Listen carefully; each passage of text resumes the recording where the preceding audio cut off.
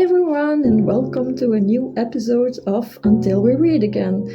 Last time I left you with a charge to choose the new read for tonight, and you decided for me to keep reading from Dark Matter, written by Teresa Louise Johnson.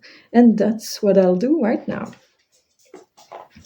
A small convoy of white and pink stagecoaches, carrying luggage and passengers, passed through a village nestled between the castle and farmlands of the First Kingdom of Beyond. Inside a stagecoach, with silken pink curtains and the finest white horses, the newlywed queen and king of the First Kingdom sat across from each other on plush seats. The queen, not yet accustomed to being newlywed queen rather than princess of the Fifth Kingdom, fidgeted. She smoothed her skirts and brushed her fingers through her dark hair. The king raised a brow and shook his head, his hands in his lap, the stern narrowing of his eyes and the clench of his jaw his only movements.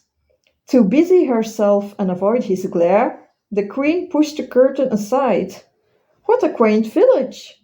Their conversations hadn't been particularly thrilling throughout the couple of days' ride. But they talked a bit about trivial things. She wanted to know more about King John, to assess what he'd like her to do as his queen, what her role might be, and especially how she might persuade him to change his reputation as the cruelest king in Beyond. Pear Grove, he said. And the people here, what are they like? As long as they pay their taxes, they are fine. And if they not? She'd been raised to ask questions, to study the kingdom for flaws and find solutions, to help her people grow and flourish. She knew John's approach to ruling wasn't the same, but she pushed him anyway, though her heart thumped wildly and her hands went numb. Then they will be punished. But will they not be encouraged to work harder to pay taxes if they reap benefits, a mutual exchange of ruler and subject? He snorted.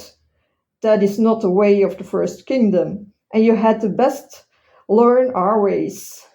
We are the first in everything. Not, he paused to run a hand over his hair, perfectly combed and cascading to his shoulders. The last. So thank you for listening, and for the next episode I leave you the task once again to choose my next read. You can choose for me to keep reading in Dark Matter for the last time, or you can choose one of these two books. So in the meanwhile, I wish you happy Christmas, and until we read again.